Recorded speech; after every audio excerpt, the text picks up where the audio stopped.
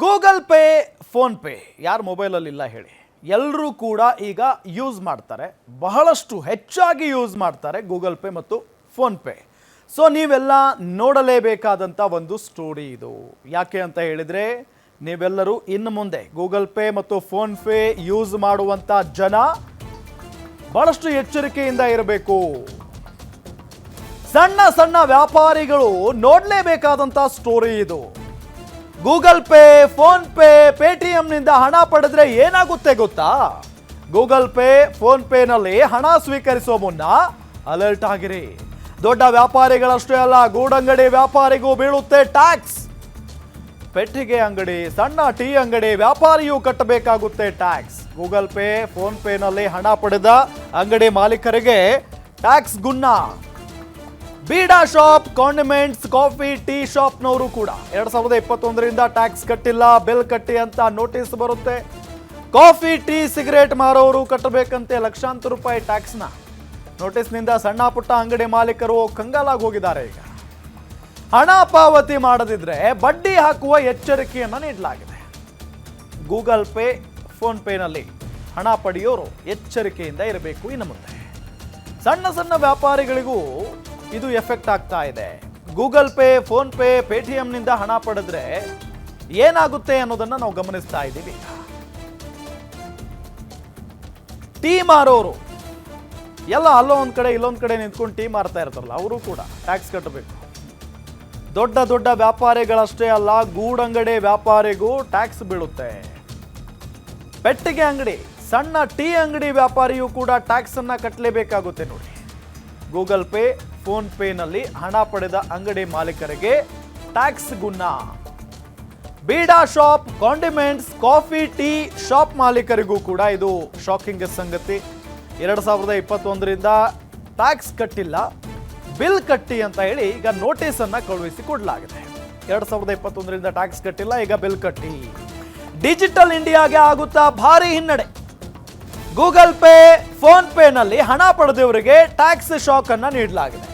ಇದರ ಸಹವಾಸ ಬೇಡಪ್ಪ ಅಂತ ಕ್ಯಾಶ್ ಕೇಳ್ತಾ ಇದ್ದಾರೆ ಈಗ ವ್ಯಾಪಾರಿಗಳು. ಇನ್ನು ಮುಂದೆ ಗೂಗಲ್ ಪೇ, ಫೋನ್ ಪೇ, ಪೇಟಿಎಂನಿಂದ ಹಣ ತಗೊಳ್ಳೋದು doubt. Google pay, phone pay, Paytm ಸಹವಾಸ ಬೇಡ ಅಂತಿದ್ದಾರೆ ಹಲವರೀಗ. ಇನ್ನು ಮುಂದೆ ಕ್ಯಾಶ್ ಟ್ರಾನ್ಸಾಕ್ಷನ್ ಜಾಸ್ತಿ ಆದರೂ ಆಶ್ಚರ್ಯ ಇಲ್ಲ. Google pay, phone pay, Paytm ಇದೆ ಅಂತ ಗ್ರಾಹಕರು ಕೂಡ ಆರಾಮಾಗಿದ್ರು. ಇನ್ನು ಮುಂದೆ ಕ್ಯಾಶ್ ಇಟ್ಕೊಳ್ಳೋ ಅನಿವಾರ್ಯತೆ ಬರೋದು ಕೂಡ ದೂರ ಇಲ್ಲ. ಇದು ಮಾಡದೇ ಇದ್ರೆ ಅವು ಒಳ್ಳೇದು. ಯಾಕಂದರೆ ಎಲ್ಲರೂ ಅವರು ಹೊಟ್ಟೆಪಾಡಿಗೆ ಒಂದು 10 ರೂಪಾಯಿ 20 ರೂಪಾಯಿ ಇದರಿಂದನೇ ಸಿಗೋದಲ್ವಾ. ಹಾಗಾಗಿ ಟ್ಯಾಕ್ಸ್ ಇಲ್ಲದೆ ಇದ್ರೆ ಚೆನ್ನಾಗಿರುತ್ತೆ. ಫೋನ್ಪೇ, ಗೂಗಲ್ ಪೇ ಒಳ್ಳೇದಾಗಿದೆ. ಯಾಕಂದರೆ ಯಾರು ಪರ್ಸಲ್ಲಿ ದುಡ್ಡು ಇಟ್ಕೊಂಡು ಯಾರು ಓಡಾಡಲ್ಲ.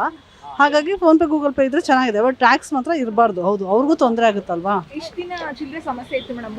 ಈಗ ಡಿಜಿಟಲ್ ಯುಗ ಅಂತ ಮೋದಿ ಅವರು ಹೇಳಿ ಹೇಳಿ ಹೇಳಿ ಡಿಜಿಟಲ್ ಕರಣ ಆಗಿದೆ. ಆದ್ರೆ ಈಗ ನೋಡಿದ್ರೆ ಟ್ಯಾಕ್ಸ್ ಅನ್ನೋ ಹೊಸ ಆಯುಧನ ಶುರು ಮಾಡ್ತಾರೆ. ಏನ್ ಹೇಳ್ತೀರಾ ಇದು? ಅದೇ ಟ್ಯಾಕ್ಸ್ ಅನ್ನೋದು ಬೇಡ ಮೇಡಮ್. ಟ್ಯಾಕ್ಸ್ ಅನ್ನೋದು ಎಲ್ಲರಿಗೂ ಬಡವ್ರ ಮೇಲೆ, ಇವಾಗ ದೊಡ್ಡ ದೊಡ್ಡ ಶ್ರೀಮಂತರ ಮೇಲೆಲ್ಲ ಬಿಟ್ಬಿಡ್ತಾರೆ ಟ್ಯಾಕ್ಸ್ನ. ಸಣ್ಣ ಸಣ್ಣ ಅಂಗಡಿ ಮೇಲೆ, ಸಣ್ಣ ನಮ್ಮಂಥವ್ರ ಮೇಲೆ ಟ್ಯಾಕ್ಸ್ ಹಾಕಿದ್ರೆ ಏನು ಬರುತ್ತೆ? ಆ ಟ್ಯಾಕ್ಸ್ ಅನ್ನೋದೊಂದು ಇರಬಾರ್ದು ಅಷ್ಟೇ. ಇದು ಮಾಡದೇ ಇದ್ರೆ ಅವು ಒಳ್ಳೇದು. ಏನಕ್ಕಂದ್ರೆ ನಾವು ಯಾವತ್ತೂ ಟ್ಯಾಕ್ಸ್ ಕಟ್ತಾ ಇರಲಿಲ್ಲ. ಈಗ ಕಾರ್ಡ್ ಕಟ್ಟೋಗಿದ್ರೆ ಗೌರ್ಮೆಂಟು ಉದ್ಧಾರ ಆಗುತ್ತೆ, ಒಳ್ಳೇದೇ ಆಗುತ್ತಲ್ವಾ. ನೆಕ್ಸ್ಟ್ ಇವಾಗ ಪ್ರಾಬ್ಲಮ್ ಆಗ್ಬೋದು, ಮುಂದೆ ಒಳ್ಳೇದೇ ಆಗುತ್ತೆ ನಮಗೆ. ಗೂಗಲ್ ಪೇ ಮಾಡಿದೇನೋ ಒಳ್ಳೇದೇನೆ, ಟ್ಯಾಕ್ಸ್ ತೊಗೊಳೋದು ನೆಕ್ಸ್ಟ್ ಒಳ್ಳೇದೇನೆ. ಯಾಕಂದರೆ ಗೌರ್ಮೆಂಟು ಉದ್ಧಾರ ಆಗುತ್ತೆ, ಅವ್ರು ನಮಗೂ ಮಾಡ್ಬೋದು ನೆಕ್ಸ್ಟ್ ಅಲ್ವಾ. ಅದೇ ಥರನೇ ಟ್ಯಾಕ್ಸು ಕಲೆಕ್ಟ್ ಮಾಡ್ಕೊತಾರಲ್ವಾ. ಕಮ್ಮಿ ಇದ್ದವ್ರು ಕಮ್ಮಿನೇ ಮಾಡ್ಕೊತಾರೆ, ಜಾಸ್ತಿ ಇದ್ದವ್ರು ಜಾಸ್ತಿ ಮಾಡ್ಕೊತಾರೆ. ಅದೇನು ತೊಂದರೆ ಆಗಲ್ಲ ಬಿಡಿ. ಏನಕ್ಕಂದರೆ ನಾವು ಯಾವತ್ತೂ ಟ್ಯಾಕ್ಸ್ ಕಟ್ತಾ ಇರಲಿಲ್ಲ. ಈಗ ಕಾರ್ಡ್ ಕಟ್ಟೋಗಿದ್ರೆ ಗೌರ್ಮೆಂಟು ಉದ್ಧಾರ ಆಗುತ್ತೆ, ಒಳ್ಳೇದೇ ಆಗುತ್ತಲ್ವಾ. ನೆಕ್ಸ್ಟ್ ಇವಾಗ ಪ್ರಾಬ್ಲಮ್ ಆಗ್ಬೋದು, ಮುಂದೆ ಒಳ್ಳೇದೇ ಆಗುತ್ತೆ ನಮಗೆ. ಗೂಗಲ್ ಪೇ ಮಾಡಿದೇನೋ ಒಳ್ಳೇದೇನೆ, ಟ್ಯಾಕ್ಸು ತೊಗೊಳೋದು ನೆಕ್ಸ್ಟ್ ಒಳ್ಳೇದೇನೆ. ಯಾಕಂದರೆ ಗೌರ್ಮೆಂಟು ಈ ಸಣ್ಣ ಪುಟ್ಟ ಅಂಗಡಿ ವ್ಯಾಪಾರಸ್ಥರ ಜೊತೆಗೆ ನಮ್ಮ ಮೆಟ್ರೋ ರಿಪೋರ್ಟರ್ ಚರಣ್ ಒಂದು ಚಿಟ್ ಚಾಟ್ ಮಾಡಿದ್ದಾರೆ, ಅವರನ್ನ ಮಾತನಾಡಿಸಿದ್ದಾರೆ. ಏನು ಹೇಳಿದ್ದಾರೆ ಅವರು ಕೇಳೋಣ ಬನ್ನಿ. ಆನ್ಲೈನ್ ಟ್ರಾನ್ಸಾಕ್ಷನ್ ಮೂಲಕ ಹಣವನ್ನು ಪಾವತಿ ಮಾಡಿಸಿಕೊಳ್ತಾ ಇದ್ದಂತಹ ಚಿಕ್ಕ ಚಿಕ್ಕ ಅಂಗಡಿಗಳಿಗೆ ಈಗ ಸರ್ಕಾರ ಶಾಕ್ ಕೊಟ್ಟಿರುವಂಥದ್ದು. ಪ್ರಮುಖವಾಗಿ ಒಂದಿಷ್ಟು ಚಿಕ್ಕ ಚಿಕ್ಕ ಅಂಗಡಿಗಳು ಏನಿದೆ, ದಿನನಿತ್ಯದ ಬಿಸ್ನೆಸ್ಸನ್ನು ಮಾಡುವಂತಹ ಅಂಗಡಿಗಳು, ಅದೇ ರೀತಿಯಾಗಿ ಚಿಕ್ಕ ಚಿಕ್ಕ ವಸ್ತುಗಳು, ತಿಂಡಿ ತಿನಿಸುಗಳಾಗಿರ್ಬೋದು, ಇದನ್ನು ವ್ಯಾಪಾರ ಮಾಡುವಂತಹ ವ್ಯಾಪಾರಿಗಳು ಚಿಲ್ಲರೆ ಸಮಸ್ಯೆಯಿಂದಾಗಿ ಫೋನ್ಪೇ ಅಥವಾ ಗೂಗಲ್ ಪೇಗಳ ಮೊರೆ ಹೋಗಿದ್ರು. ಅದೇ ರೀತಿಯಾಗಿ ತಮ್ಮ ಅಂಗಡಿಗಳಲ್ಲಿ ಅದರ ಸ್ಕ್ಯಾನರ್ಗಳನ್ನ ಅಳವಡಿಸಿ ಅದರಿಂದನೇ ಹಣವನ್ನು ಪಾವತಿ ಮಾಡುವಂತಹ ಒಂದಿಷ್ಟು ಪದ್ಧತಿಯನ್ನು ಕೂಡ ರೂಪಿಸಿಕೊಂಡಿದ್ರು. ಇದರಿಂದಾಗಿ ಒಂದು ಚಿಲ್ಲರೆ ಸಮಸ್ಯೆ ಆಗಿರ್ಬೋದು, 1-2 ರೂಪಾಯಿನ ಕೊಡುವಂಥ ಸಮಸ್ಯೆ ಆಗಿರ್ಬೋದು, ಒಂದೊಂದು ಚಿಕ್ಕ ಚಿಕ್ಕ ಐಟಮ್ ತಗೊಂಡ್ರು ಕೂಡ ಯಾವುದೇ ರೀತಿಯಾದಂಥ ಸಮಸ್ಯೆ ಆಗ್ತಾ ಇರಲಿಲ್ಲ. ಈ ಹಿಂದೆ ಆನ್ಲೈನ್ ಅಥವಾ ಈ ಪೇಟಿಎಮ್ ಅಥವಾ ಫೋನ್ಪೇಗಳು ಬಂದಂಥ ಸಂದರ್ಭದಲ್ಲಿ ಒಂದಿಷ್ಟು ಕಷ್ಟ ಆಗ್ತಾಯಿತ್ತು. ಚಿಲ್ಲರೆಯನ್ನು ಹುಡುಕಿ ಕೊಡಬೇಕು, 10 ರೂಪಾಯಿ ಕೊಟ್ಟರೆ ಮತ್ತೆ ಅದರಲ್ಲಿ 8 ರೂಪಾಯಿ ಚೇಂಜನ್ನು ಕೊಡಬೇಕು ಅನ್ನುವಂಥ ಸಮಸ್ಯೆ ಆಗ್ತಾಯಿತ್ತು. ಆದರೆ ಈ ಫೋನ್ಪೇ ಆದ ಬಳಿಕ ಡೈರೆಕ್ಟ್ 8 ರೂಪಾಯಿ ಅಥವಾ 2 ರೂಪಾಯಿಯನ್ನು ಪೇಮೆಂಟ್ ಮಾಡುವಂಥ ಪದ್ಧತಿ ಬಂದಿತ್ತು. ಆದರೆ ಸರ್ಕಾರ ಈಗ ಏಕಾಏಕಿಯಾಗಿ ಇಂಥ ವ್ಯಾಪಾರಿಗಳಿಗೆ ಒಂದಿಷ್ಟು ಶಾಕನ್ನು ನೀಡಿರುವಂಥದ್ದು. ಪ್ರಮುಖವಾಗಿ ಈ ಒಂದು ಶಾಕ್ನಿಂದಾಗಿ ಬೆಚ್ಚೆತ್ತು ಹೋಗಿರುವಂಥ, ಯಾಕಂತ ಹೇಳಿದರೆ ಚಿಕ್ಕ ಚಿಕ್ಕ ಅಂಗಡಿಗಳಲ್ಲಿ ದಿನನಿತ್ಯದ ವ್ಯಾಪಾರವನ್ನು ಮಾಡ್ತಾರೆ, ದಿನಕ್ಕೆ 1000-2000 ದುಡಿದ್ರೆ ಸಾಕು ಅನ್ನುವಂಥ ಪರಿಸ್ಥಿತಿ ಇರುತ್ತೆ. ಇಂಥ ಸಂದರ್ಭದಲ್ಲಿ ಫೋನ್ಪೇಯಲ್ಲಿ ಇಷ್ಟು ಟ್ರಾನ್ಸಾಕ್ಷನ್ ಆಗಿದೆ, ಗೂಗಲ್ ಪೇಯಲ್ಲಿ ಇಷ್ಟು ಟ್ರಾನ್ಸಾಕ್ಷನ್ ಆಗಿದೆ, ನೀವು ಲಕ್ಷ ಬಿಲ್ ಕಟ್ಟಬೇಕು ಅನ್ನುವಂಥ ನಿಟ್ಟಿನಲ್ಲಿ ನೋಟಿಸನ್ನು ನೀಡಿದ್ದಾರೆ. ಇದರ ಬಗ್ಗೆ ಮಾತಾಡಲಿಕ್ಕೆ ವ್ಯಾಪಾರಿ ಇದ್ದಾರೆ. ಸರ್, ನಿಮಗೆ ಎಷ್ಟು ಬಂದಿದೆ, ಎಷ್ಟು ಕಷ್ಟ ಆಗ್ತಿದೆ ಸರ್?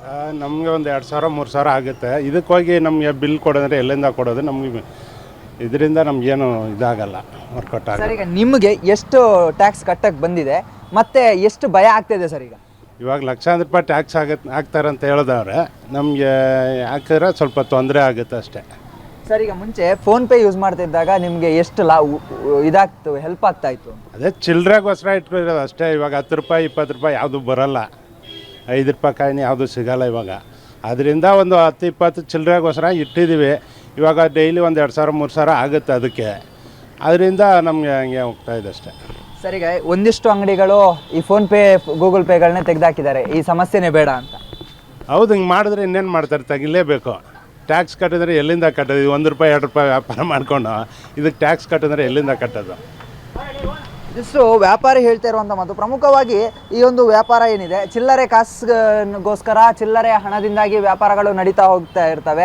ಅದೇ ರೀತಿಯಾಗಿ ದೊಡ್ಡ ಪ್ರಮಾಣದ ವ್ಯಾಪಾರಗಳಲ್ಲೂ ಕೂಡ ಫೋನ್ಪೇಗಳನ್ನು ಬಳಸ್ತಾರೆ. ಯಾಕಂತ ಹೇಳಿದರೆ ಒಂದು ಅಫಿಷಿಯಲ್ ಆಗಿರಲಿ, ಅಕೌಂಟಿಗೆ ಹೋಗುವಂಥ ಪದ್ಧತಿ ಇರಲಿ ಅಂತ ಹೇಳಿ ಗ್ರಾಹಕರಿದ್ದಾರೆ, ಅವ್ರನ್ನೇ ಮಾತನಾಡಿಸ್ತಾ ಹೋಗ್ತೀನಿ. ಸರ್, ಈಗ ಮುಂಚೆ ಫೋನ್ಪೇ ಇದ್ದಾಗ ಇಂಥ ಸಂದರ್ಭದಲ್ಲಿ ಪೇ ಮಾಡಲಿಕ್ಕೆ ಎಷ್ಟು ಈಸಿ ಆಗ್ತಾ ಇತ್ತು? ಸರ್, ನಾವು ಫೋನ್ಪೇ ಗೂಗಲ್ ಪೇ ಮಾಡೋದಕ್ಕೆ ಅನುಕೂಲ ಚೆನ್ನಾಗಿತ್ತು. ಇವಾಗ ಚಿಲ್ಲರೆ ಸಮಸ್ಯೆ ನಮ್ಗೆ ಜಾಸ್ತಿ ಆಗ್ತದೆ ಸರ್ ಇವಾಗ. ಸರ್, ಈಗ ವ್ಯಾಪಾರಿಗಳಿಗೆ ಇದೊಂದು ದೊಡ್ಡ ಹೊಡೆತ ಆಗಿದೆ. ಒಂದಿಷ್ಟು ಅಂಗಡಿಗಳು ಕ್ಲೋಸ್ ಮಾಡ್ತಾ ಇದ್ದಾರೆ. ನಿಮಗೆ ಮುಂದಿನ ದಿನಗಳಲ್ಲಿ ಎಷ್ಟು ಕಷ್ಟ ಆಗ್ಬೋದು? ಸರ್, ನಮಗಂತೂ ಈಗಲೇ ಕಷ್ಟ ಸ್ಟಾರ್ಟ್ ಆಗ್ತಾ ಇದೆ. ಯಾಕಂದ್ರೆ ನಾವು ಇವಾಗ ನೋಡಿ ಸ್ಕ್ಯಾನರ್ ತೆಗೆದು ಹೊರಡೆ ಎತ್ತಿಕ್ಬಿಟ್ಟಿದ್ದೀವಿ. ಸ್ಕ್ಯಾನರ್ ಮಾಡಿಸ್ಕೊಂಡ್ರೆ ನಮಗೆ ಸ್ವಲ್ಪ ತಲೆನೋವಲ್ಲ ಸರ್, ಅದಕ್ಕೋಸ್ಕರ ಸರ್. ಸರ್, ನಿಮಗೆ ಎಷ್ಟು ಟ್ಯಾಕ್ಸ್ ಬಂದಿದೆ ಸರ್? ಗೊತ್ತಿಲ್ಲ, ಕೇಳಬೇಕು, ಇವ್ರನ್ನೇ ಕೇಳಬೇಕು ಇವಾಗ. ಅಂಗಡಿ ಮಾಲೀಕರಿದ್ದಾರೆ, ಅವ್ರನ್ನೇ ಮಾತನಾಡಿಸ್ತಾ ಹೋಗ್ತೀನಿ. ಸರ್, ಈಗ ನೀವು ಸ್ಕ್ಯಾನರ್ನೆಲ್ಲ ಎತ್ತು ಒಳಗಿಟ್ಟಿದ್ದೀರಾ, ಕ್ಲೋಸ್ ಮಾಡಿದ್ದೀರಾ, ಯಾವ ಕಾರಣಕ್ಕೆ? ಸರ್, ಇವರು ದಿನೇ ಹೊಸ ರೂಲ್ಸ್ಗಳನ್ನು ತಂದರೆ ಏನು ಮಾಡೋದು? ಸೆಂಟ್ರಲ್ ಅವ್ರು ಹೇಳ್ತಾರೆ ಡಿಜಿಟಲ್ ಅಂತ, ಸ್ಟೇಟ್ ಅವರು ಸಿಕ್ಕ ಕಡೆ ಎಲ್ಲ ದುಡ್ಡು ಬರೋದು ದೋಚ್ಕೊಳ್ಳೋಕೆ ನೋಡ್ತಿದ್ದಾರೆ. ಏನು ಮಾಡ್ಬೇಕು ಹೇಳಿ? ನಿಮಗೆ ಎಷ್ಟು ಬಂದಿದೆ ಸರ್? ಎಷ್ಟು ಸಮಸ್ಯೆ ಆಗಿದೆ? ನಮಗೆ ತುಂಬ ಸಮಸ್ಯೆ ಆಗಿದೆ ಸರ್. ಈಗ ಮುಂಚೆ ಎಲ್ಲ ಚೇಂಜ್ಗೋಸ್ಕರ ಒದ್ದಾಡೋ ಹಾಗಿರಲಿಲ್ಲ, ಈಗ ಆ ಚೇಂಜ್ನ ಸಮಸ್ಯೆ ಉದ್ಭವ ಆಗಿದೆಯಾ? ತುಂಬ ಆಗಿದೆ ಸರ್. ಚೇಂಜ್ಗೋಸ್ಕರ ಅದೊಂಥರ ವ್ಯಾಪಾರ ಥರ ಆಗಿಬಿಟ್ಟಿದೆ. ಚೇಂಜ್ ಕೊಡೋರು ಕಮಿಷನ್ ಥರ ತೊಗೋತಾ ಇದ್ದಾರೆ. ಒಂದಿಷ್ಟು ಅಂಗಡಿಗಳು ಈಗಾಗಲೇ ಫೋನ್ಪೇಗಳನ್ನು ಸಂಪೂರ್ಣವಾಗಿ ಬಂದ್ ಮಾಡಿದೆ. ಯಾಕಂತ ಹೇಳಿದರೆ ನಮಗೆ ಎಲ್ಲಿ ಟ್ಯಾಕ್ಸ್ ಬೀಳುತ್ತೋ, ನಮ್ಮ ಈ ಒಂದು ಟ್ಯಾಕ್ಸನ್ನು ಲಕ್ಷಾಂತರ ರೂಪಾಯಿ ಟ್ಯಾಕ್ಸ್ ಬಂದರೆ, 10-20 ಲಕ್ಷ ಟ್ಯಾಕ್ಸ್ ಬಂದರೆ ನಾವು ದುಡಿಯೋದೇ 2000-3000 ರೂಪಾಯಿ. ಅದರಲ್ಲಿ ಇಷ್ಟು ಲಕ್ಷ ಟ್ಯಾಕ್ಸ್ ಬಂದರೆ ನಾವು ಎಲ್ಲಿ ಹೋಗಬೇಕು ಅಂತ ಹೇಳಿ ಈಗಾಗಲೇ ವ್ಯಾಪಾರಿಗಳು ಒಂದಿಷ್ಟು ಫೋನ್ಪೇಗಳನ್ನು ತೆಗೆದಿಟ್ಟಿರುವಂಥದ್ದು. ಇದರ ಜೊತೆಗೆ ಗ್ರಾಹಕರು ಕೂಡ ಸಮಸ್ಯೆಗೆ ಈಡಾಗ್ತಿರುವಂಥ. ಯಾಕಂತ ಹೇಳಿದರೆ ಪ್ರತಿನಿತ್ಯ ಬಂದು ಏನಾದರೂ ಒಂದು ವಸ್ತುವನ್ನು ಖರೀದಿ ಮಾಡಬೇಕಾದ್ರೆ ಸ್ಕ್ಯಾನನ್ನು ಮಾಡಿ ಯಥಾ ಪ್ರಕಾರ ಹಾಕ್ತಾ ಇದ್ರು. ಇದೀಗ ಮತ್ತೆ ಅಕೌಂಟಲ್ಲಿರುವಂತಹ ದುಡ್ಡನ್ನು ಹೋಗಿ ಡ್ರಾ ಮಾಡ್ಕೊಂಡು ಬಂದು ಅದಾದ ಬಳಿಕ ಇಲ್ಲಿ ಬಂದು ಚಿಲ್ಲರೆಗೆ ಒದ್ದಾಡುವಂಥ ಪರಿಸ್ಥಿತಿ ನಿರ್ಮಾಣ ಆಗಿದೆ. ಒಟ್ಟಿನಲ್ಲಿ ಏನೋ ಸರ್ಕಾರ ವ್ಯಾಪಾರಿಗಳಿಗೆ ಕೊಟ್ಟಿರುವಂಥ ಶಾಕ್ ಸಂಪೂರ್ಣವಾಗಿ ಗ್ರಾಹಕರು ಮತ್ತು ವ್ಯಾಪಾರಿಗಳನ್ನು ಇಬ್ಬರನ್ನು ಕೂಡ ತಬ್ಬಿಬ್ಬುಗೊಳಿಸಿರೋದು ಅಂತ ಸತ್ಯ. ಕ್ಯಾಮ್ರಾ ಪರ್ಸನ್ ಶಿವ ಜೊತೆಗೆ ಚರಣ್, ಗ್ಯಾರಂಟಿ ನ್ಯೂಸ್, ಬೆಂಗಳೂರು.